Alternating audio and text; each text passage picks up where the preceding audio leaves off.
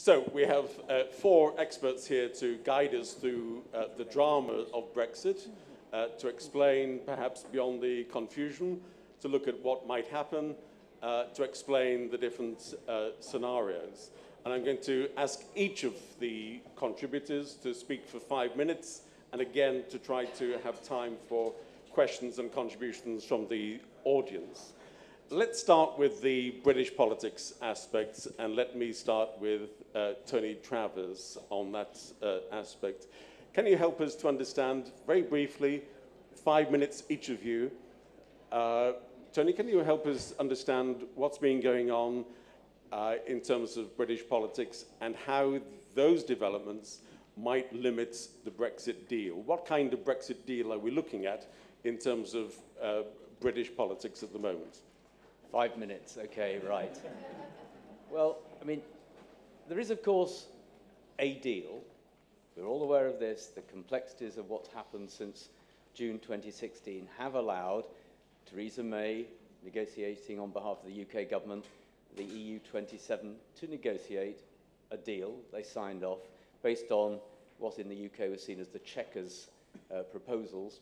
That was signed off, and then, of course, once we knew in the UK the detail of it, and this has been an abiding difficulty inside British politics, that once any of the details of how this process turns out become clear, it builds up opposition to it. So once something was written down, it was much easier for those who didn't like it, and particularly the so-called Northern Ireland backstop, produced an enormous set of aggravation, particularly on the part of those who are strongly in favour of Brexit, the so-called European Research Group and their followers within Parliament, because that backstop has the effect of saying, if in the end, after a transition or implementation period, there isn't an agreement between the UK and the EU about the continuing trade relationship,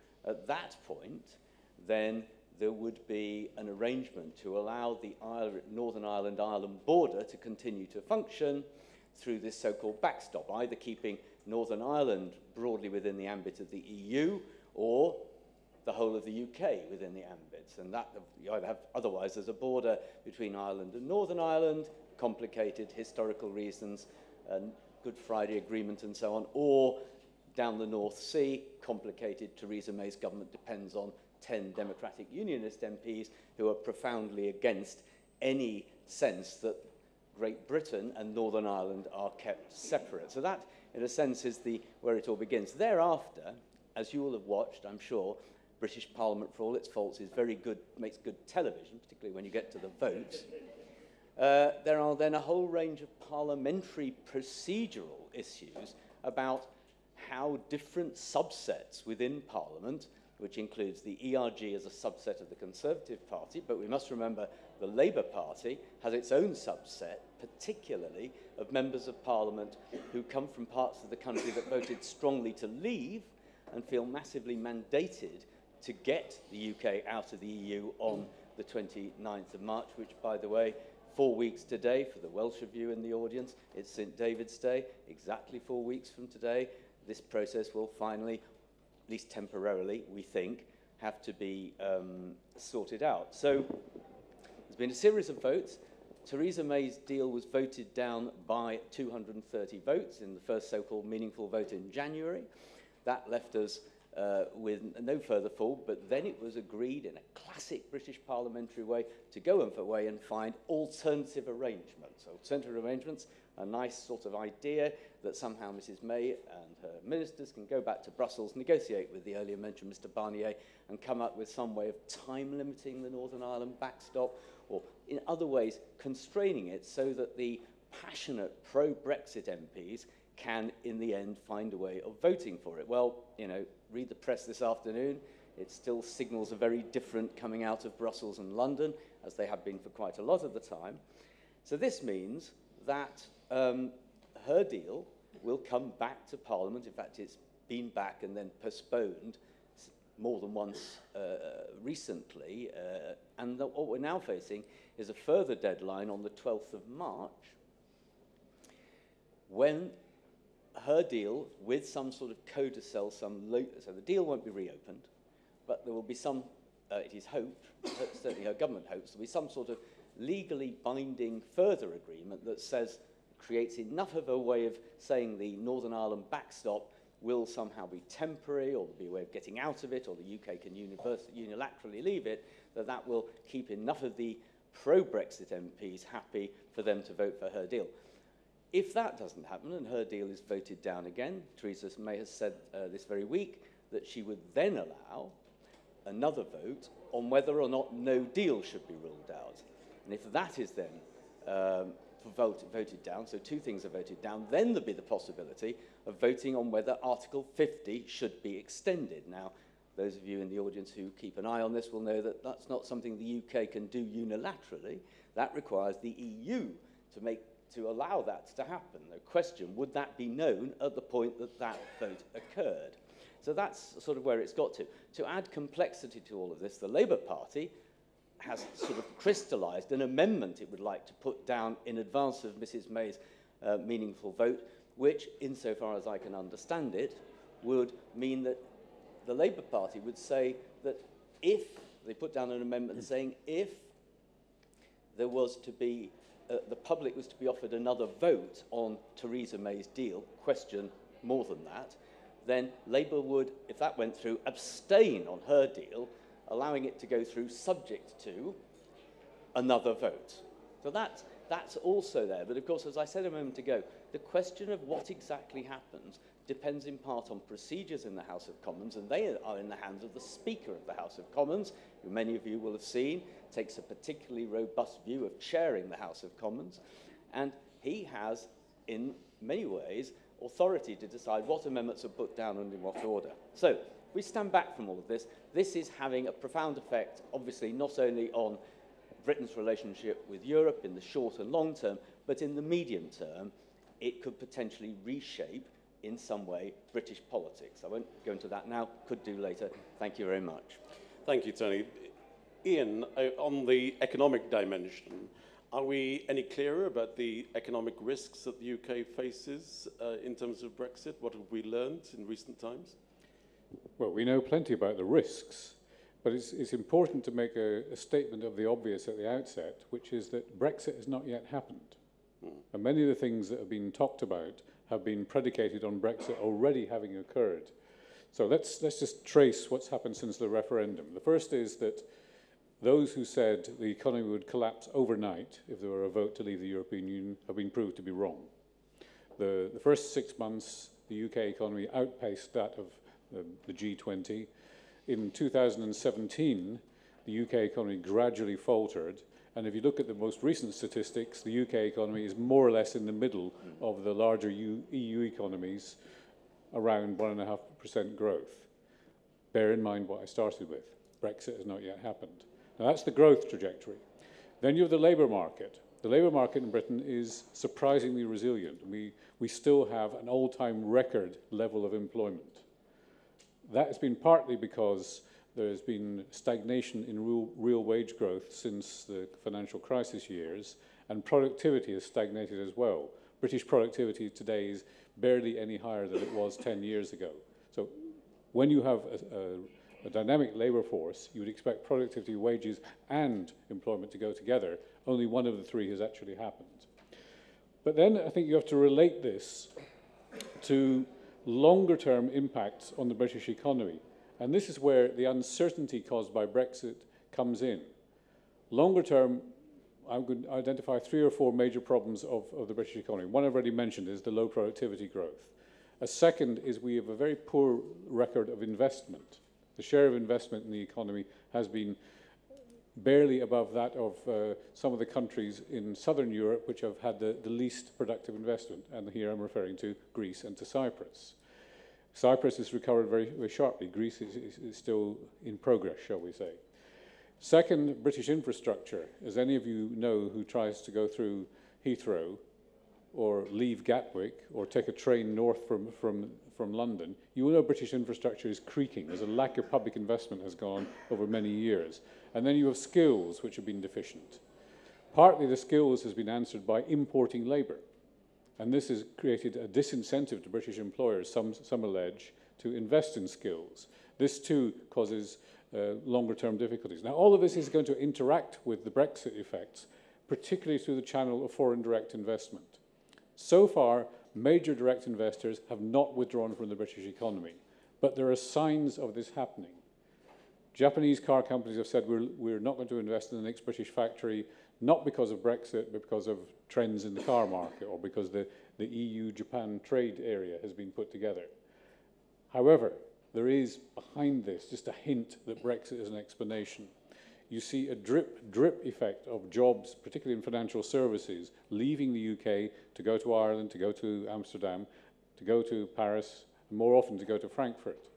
Again, nothing dramatic, but it's this slow erosion that seems to me to be the basic way we should look at it at the present, but it could become more dramatic in the event of a hard Brexit or of a Brexit which creates new barriers between the UK and the rest of the European Union in a way which deters future investors. So to sum it all up, I would say it's downside risk. Thank you very much indeed. Mujtaba, I wonder, you follow things very closely in Brussels. There seem to be many different outcomes which are possible at this stage to Brexit. How do you think the Brexit path is looking at the moment? Where are we heading? So we're actually quite constructive. I think there will be a deal. I think the key question is timing. So we have a process now being led by Geoffrey Cox. Most important outcome of that process is that he can achieve a form of words, a piece of paper, a form of words that allows him to argue the backstop is no longer, it's not an indefinite arrangement that we're going to be caught in for the rest of our lives, and that will allow him to soften his legal advice from December. That's the purpose of the process that Geoffrey Cox has embarked upon. Now, it's true that there is a fairly substantial gap between what the UK wants and what the Europeans are willing to deliver.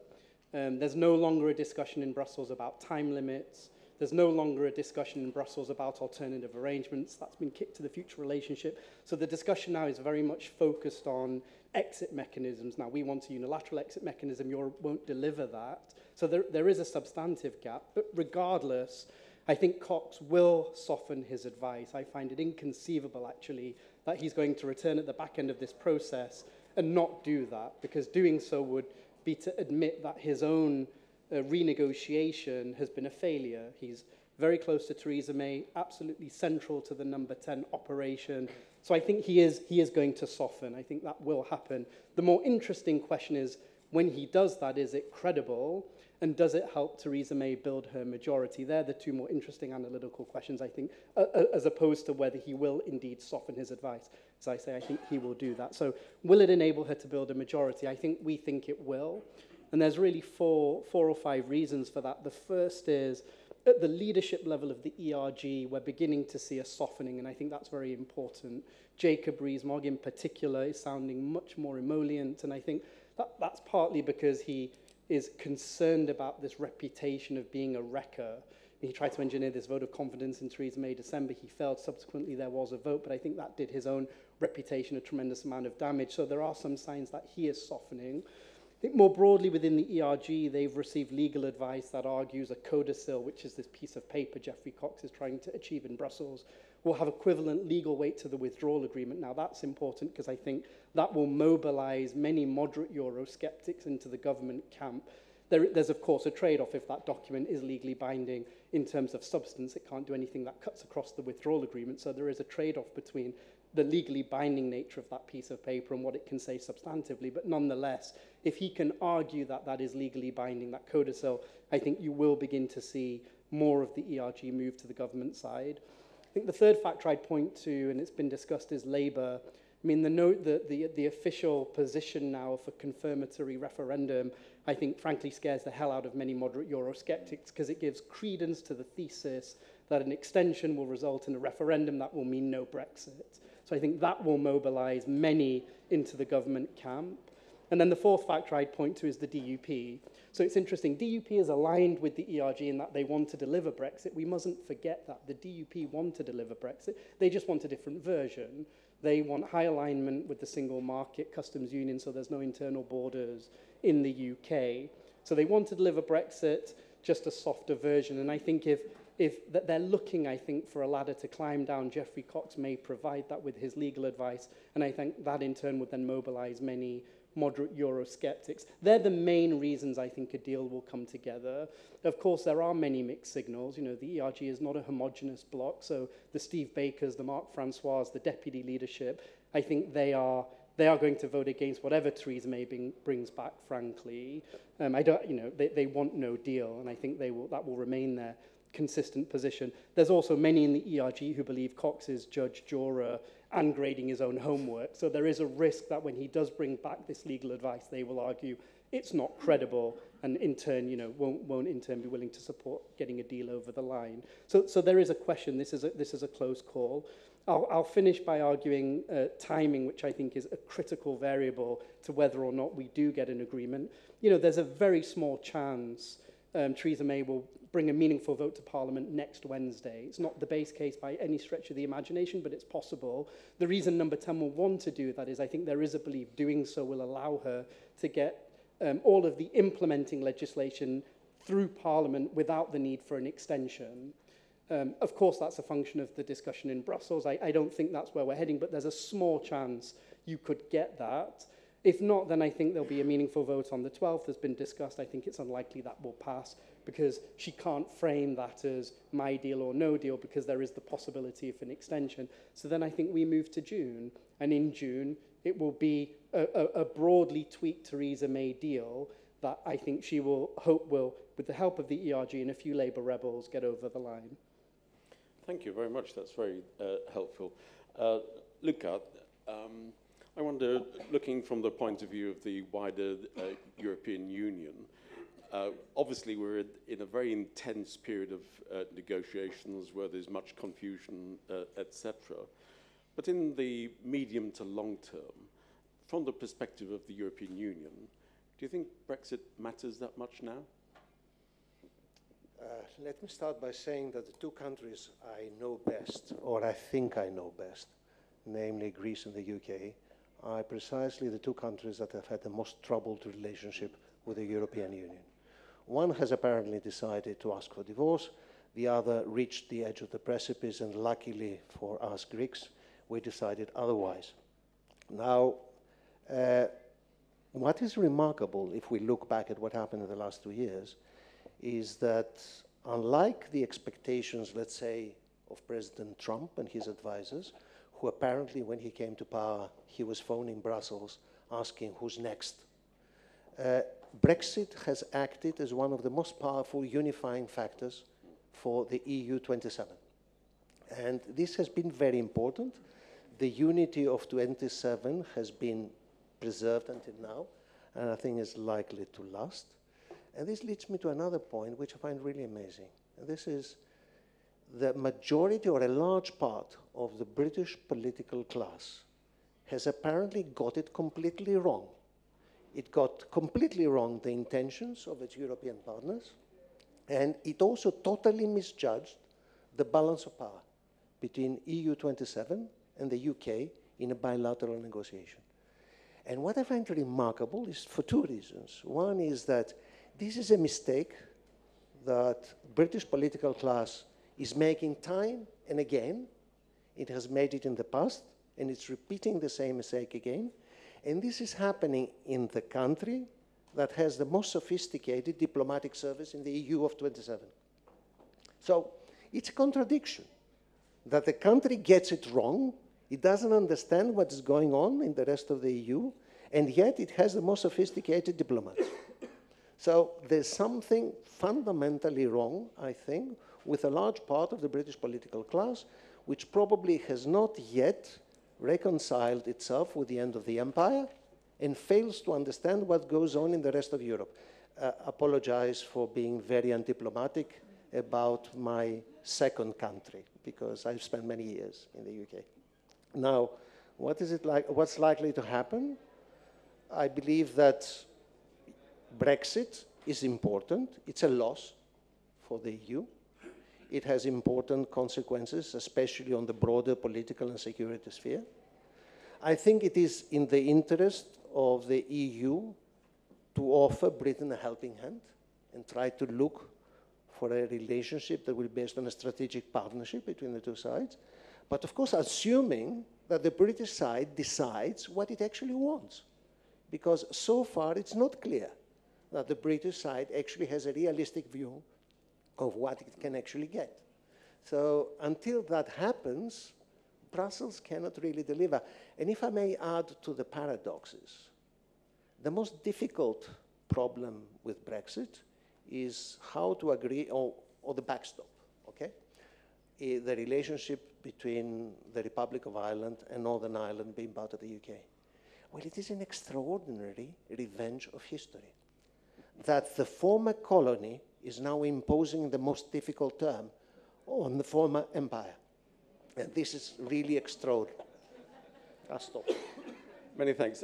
Just to pick up on your first point, Luca, about the political class, I wonder if there's a parallel between Greece 2015 and the UK 2016.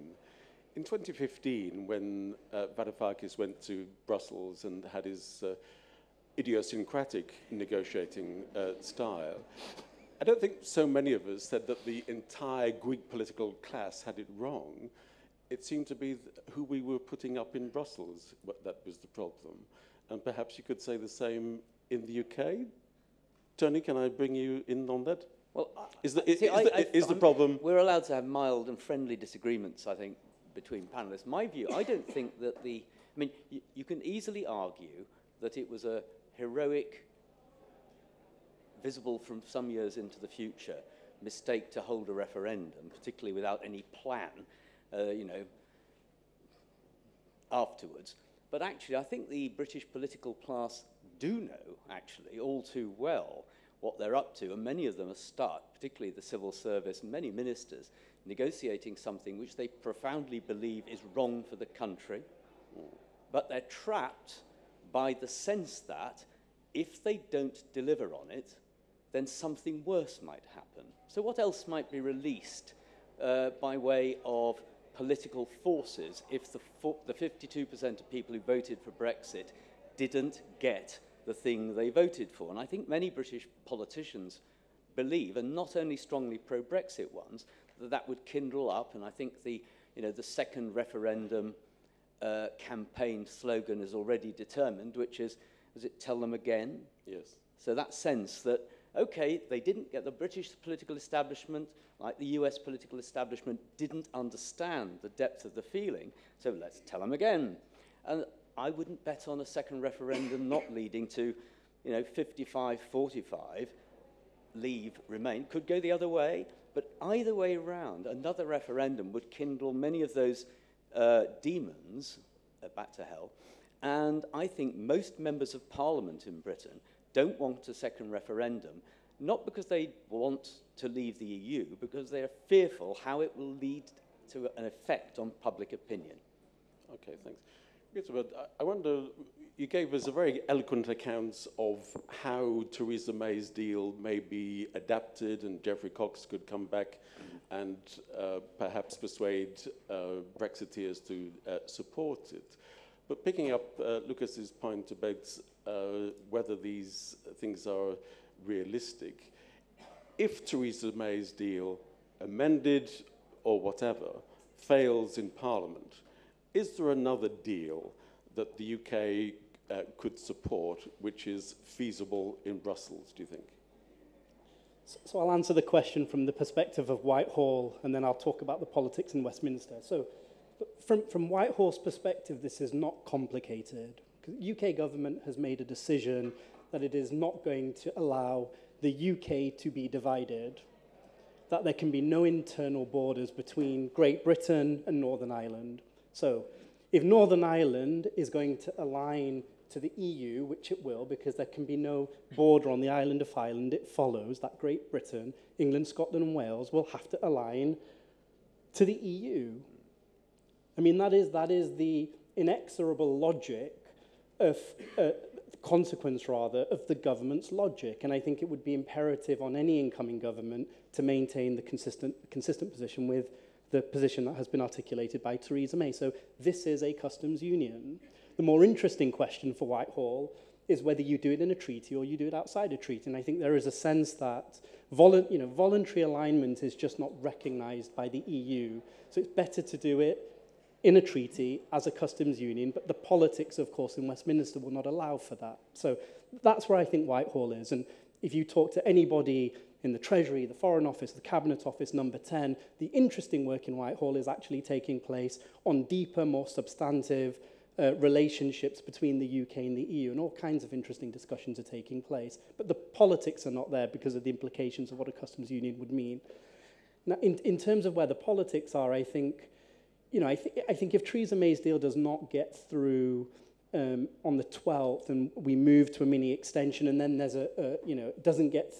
there's a question as to whether or not there would be a second vote in June, or whether Parliament would assert itself prior to that. I think there'd be a big push by pro-EU ministers in Cabinet for indicative votes. I mean, that's what the argument Philip Hammond has been making. It's the argument Amber Rudd has been making. So as opposed to sliding to the potential cliff in June, because Theresa May has not taken no deal off the table, she simply moved it to June. I think what you'd likely see is Parliament assert itself, and I think you'd begin to see indicative votes. And that could frankly lead in any direction. We have to do silly things, which is articulate probabilities to these outcomes, because that's what our clients want us to do. So we roughly think, the chances of a referendum without a deal, 5%, general election, 15, no deal, 15, and the deal I articulated, the 65, I think, there's some chance that comes with a confirmatory referendum, given Labour's position, but more likely that it would not. So that's an indirect way of not really answering your question. Quite right. Well, thank you. Let me just follow up with another one, because I'm sure people were interested in those probabilities and the risk assessment. And I know that you sell your business on this basis, but just simply share the information with us for free, perhaps. Could you just repeat your estimate of the probability of a second referendum and the rest of it? So I think it's important to distinguish between a referendum, so a deal contingent on a referendum, which is Labour's policy, or a referendum without a deal. They're two different things. So the likelihood Theresa May's deal gets through and there's a referendum on that deal with an option to remain, I think we assess the probability of that at around 20%. More likely is a deal without a confirmatory referendum. That's the remaining 40. And then, so that's 65. And then the remaining 35, I divide up 5 a referendum without a deal, and then 15 for a general election and 15 for no deal. I do think the odds of no deal are very, very small, despite I know there's this big perception gap between the Europeans and the Brits, but there's just absolutely no support for it in Parliament. Okay. Iain, given the complexity, given the difficulties of getting consensus, are we actually looking at a much bigger delay beyond June before we even start the implementation period? Potentially, yes, because if any of the things that are not an immediate resolution take place, they're going to require time. Now, I'm going to challenge what Mujtaba just said, because putting general election in the same assessments as second referendum, I think, is a mistake. A general election is a process in British politics which isn't necessarily going to deliver any outcome. It will simply reconfigure the House of Commons in a way which, well, it will reconfigure it somehow, in a way which doesn't necessarily correct any of, deal with any of the inability to muster a majority. So I don't think you should have that in the same set of probabilities. If we have a general election, if we have a second referendum, necessarily it's going to take longer than June. So that's the circumstances in which it could occur. But we also have to consider that the EU side, as has been said already, has a say in any extension of Article 50. And may say, June's not enough, make it 2 years, as Macron has been talking about.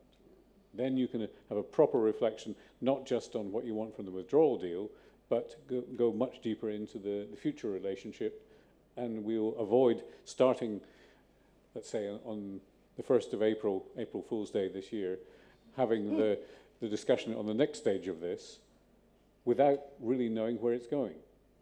So I think there are plenty of logical reasons to say the extension should be much longer than just June.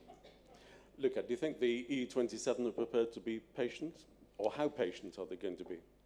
The problem is that extension of Article 50 has limits.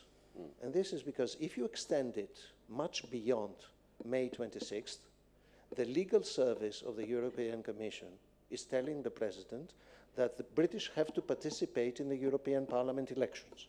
Otherwise, the whole thing would be illegal. So how do you overcome that obstacle? I understand that lawyers, and I know lawyers can be flexible, but I understand that some of the lawyers in the legal service are adamant. So, of course, I mean, if we're talking about 1st of June, there's no problem. But if we're talking about a year or 2 years extension, then they will ask that the UK participates fully in the European Parliament elections. Now, are we ready for that? Is anybody ready for that?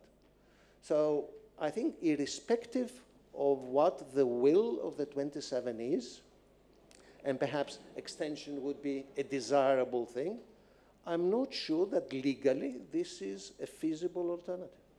Thank you. Just to and respond. it would potentially mean, and this is the biggest argument for not having an extension, Nigel Farage coming back to Brussels. Yes.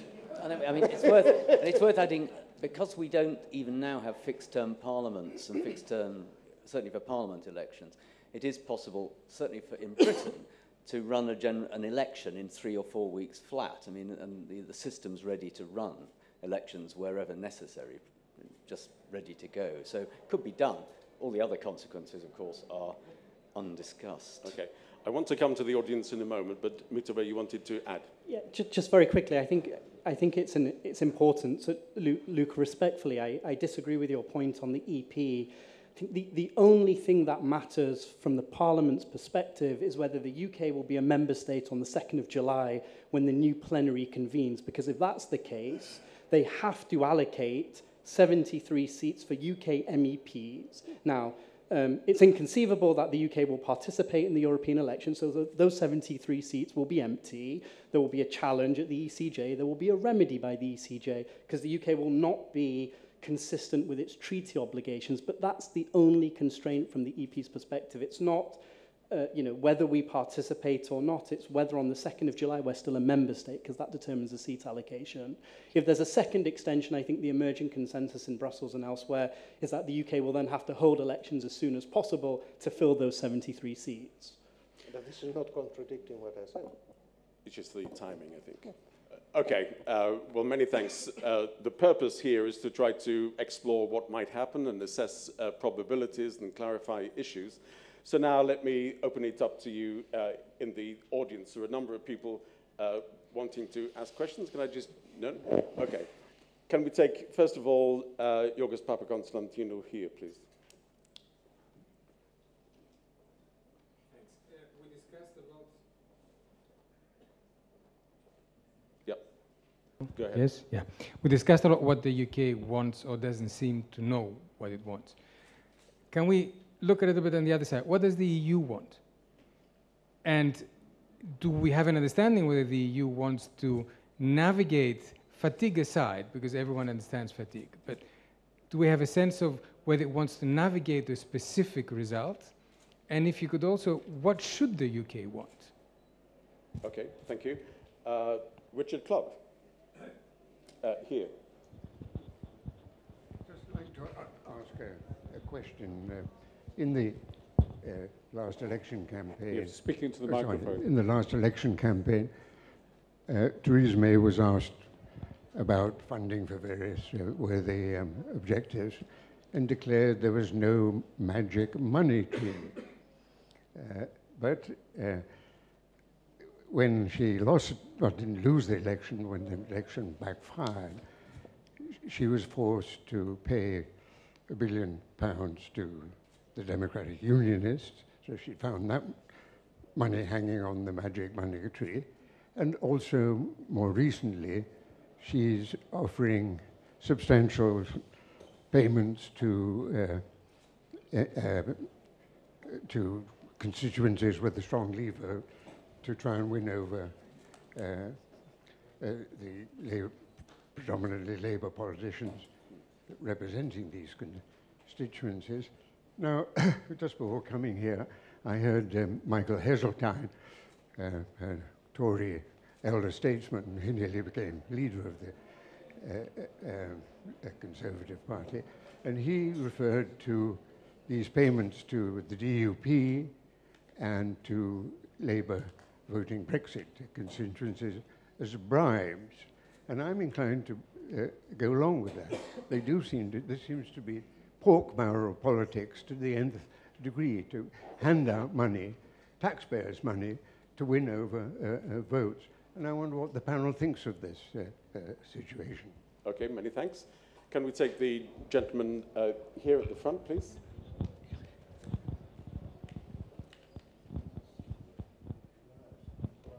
Thank you very much. My name is Iain Corporate Finance Advisor. A simple question: isn't it more democratic to actually have a second referendum with a clear choice between something, a deal and remain, versus what was the first referendum, a fantasy, a wishful thinking versus remain? Thank you. Thank you. Gentleman here and then the lady.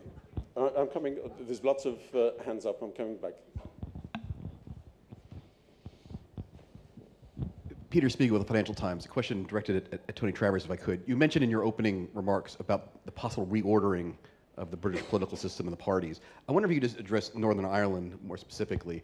I have asked my British colleagues about this frequently. They all say I'm living on planet cuckoo land. But there does seem to be They certainly are. Yeah, a political system in Northern Ireland that has time immemorial been, the party cleavage has been on confessional lines, Catholic, Protestant.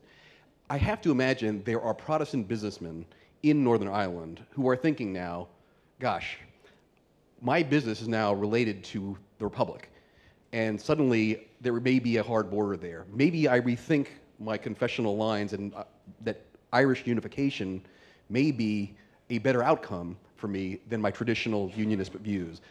Is that outside the realm of possibility? Thanks. Okay, many thanks. And then if there's the lady in front here, please. Maria Sarafoglu from Montana Television. Actually, it's close to what Peter just asked. I was wondering if the British government finally delivers on Brexit, is there a fear that the Northern Ireland and Scotland will shift further away? Thank you. And sorry, if we could come all the way around here. There's the gentleman, if you could put your white paper up here, or stand up. Yeah.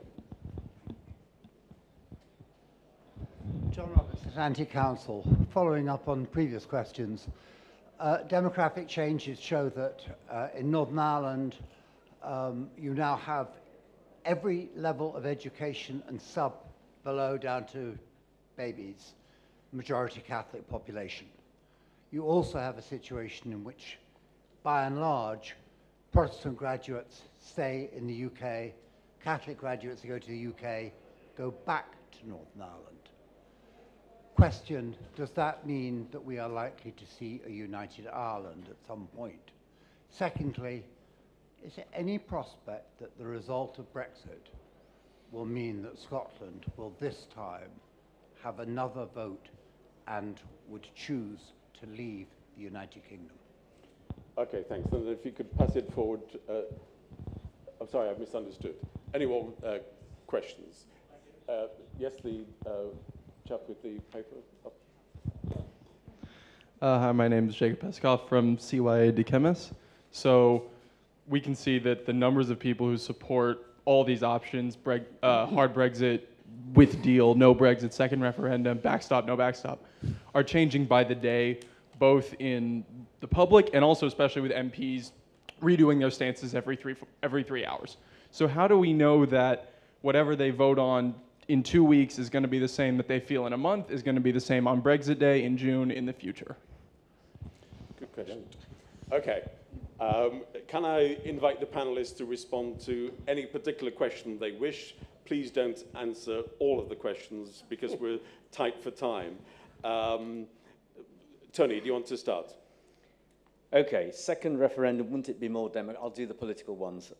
Second referendum, would it be more democratic? Well, of course, at some level, a referendum is a democratic exercise, but as I tried to hint earlier, I cannot tell you how bruised and battered and damaged parliamentarians feel, A, by the toxic nature of the fallout from the first one, and B, because actually a referendum overrides representative democracy, and most British MPs, moderate ones, as in most parliaments, believe they are representatives and not delegates. So for all of those sort of good constitutional reasons, I think the overwhelming majority of MPs want a deal, but they also don't want another referendum. And I think that sort of goes to explaining some of the percentages we were hearing earlier on. But, you know, I hear what you say.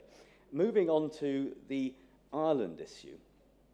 I mean, it's worth remembering, and this came up in one of the earlier sessions about the discussion about Italy's economy. There are massive transfers of resources from the UK taxpayer to Ireland. It's about £10 billion a year. Massive transfers. The Northern Ireland economy is very unlike that of the rest of the UK. Quite whether the government of Ireland would be able to find that degree of subsidy, and it's like East Germany, West Germany, but at a much greater scale after unification, I'm not so certain. But I do take the point that then, and remember, Northern Ireland voted 58-42, I think it was. So it was only, it was London, Scotland, and Northern Ireland voted to remain. So there's clearly a business interest, a changing demography, and there has been some polling suggested that this is an open question. So I wouldn't rule it out. Scotland, I think, similarly, it depends how this all lands. If it lands in a reasonably soft way, and the EU and the UK sort of kiss and make up over time, which they could, goodwill on all sides, then you know, I can see that it would be okay for Scotland, but you know, the Scots have been much exercised in the last 24 hours about the damage to Scotland of declining EU immigration, which was holding the population up. So I can see they're both in play, but both difficult. And then last but not least, the question about the array, will it all change? I mean, the array of different groups, all with a say in this. So you've got MPs, their local parties, tiny in most cases, but very, very political, their wider voting base, and then the electorate, to name but 4 separate moving parts, all with views on this. So in the end, what will happen is parliamentarians will find a way, by whatever means, of either voting through a deal or no deal. That is for sure. Iain. Well, let me try first to answer some of George Papakonstantino's questions. What does the EU want? Well, in one respect, what the EU wants is maintaining the single market. We hear that time and again as the overarching priority. But cynically as well, they wouldn't mind a bit of the British cash contribution. And then there's all the security angles where we believe that there might be a British contribution, British desirability in being inside the EU. You also posed the question, what does the UK want from all this? And here I think we can be quite subtle about it. We say there is a list of things that motivated the referendum, motivates the current discussion. They include curbs on free movement. They include no longer paying into the EU budget. They include being at liberty to make trade deals with the rest of the world. They include the general question over the public finances, which is distinct from the one of what we pay to the EU budget. And my argumentation there would be that the UK public finances will worsen because of Brexit, despite no longer paying to the EU budget because of the downturn in the economy.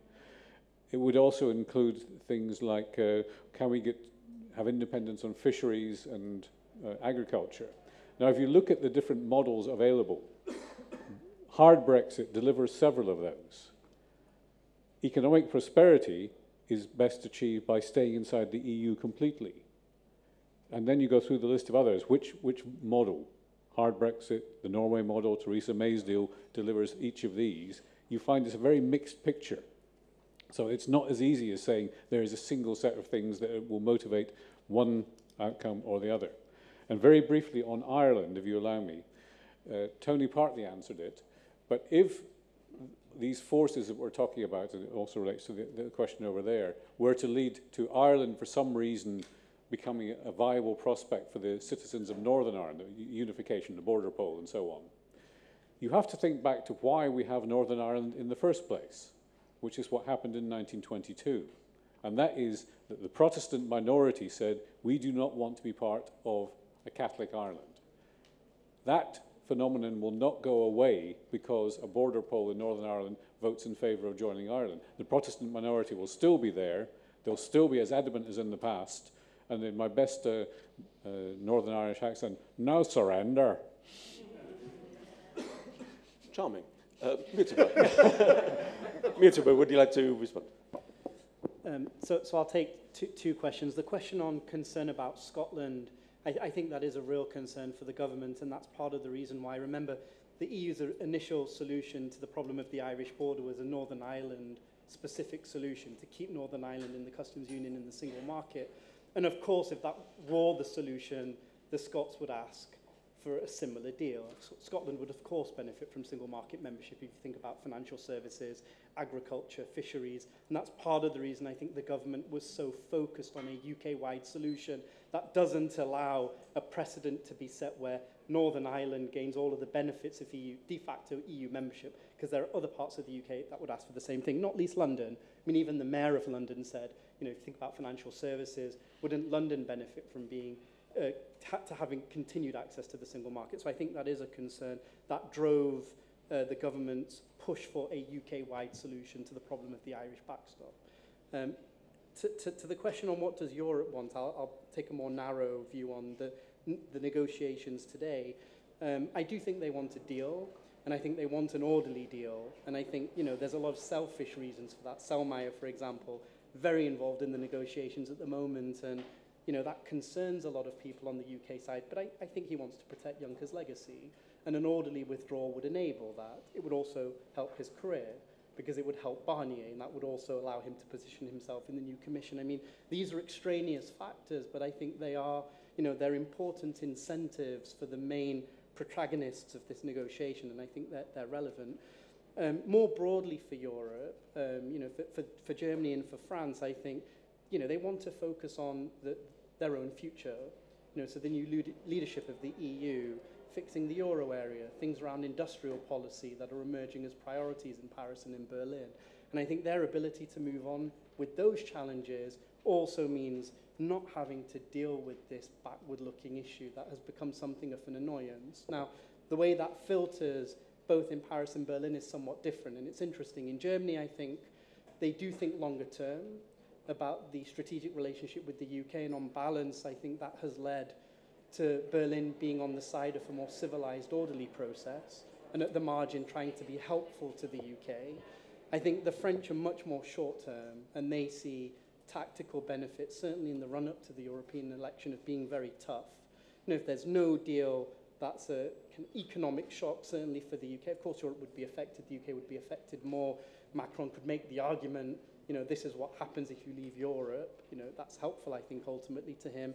If it's a deal around Theresa May's negotiation, it's inferior to membership, that's still helpful for Macron. If it's a referendum and we remain, it's still helpful for Macron. So I think there's a much tougher position out of the Elysee, and I think that's more tactical, thinking about his standing in the context of the European election. Loukas? Just to add perhaps a few things.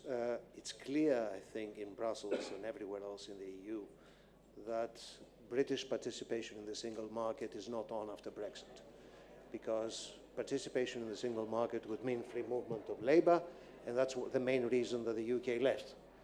So short of a single market is participation in a customs union. Now, a customs union deal would solve most of the problems, including the Irish problem.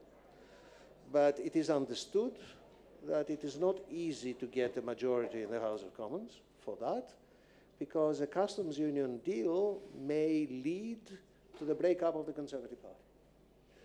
So, short, therefore, of a customs union deal comes the Irish question, because the rest of the EU decided until now not to be seen as letting down one of their smaller members, namely the Republic of Ireland, on the question of the border.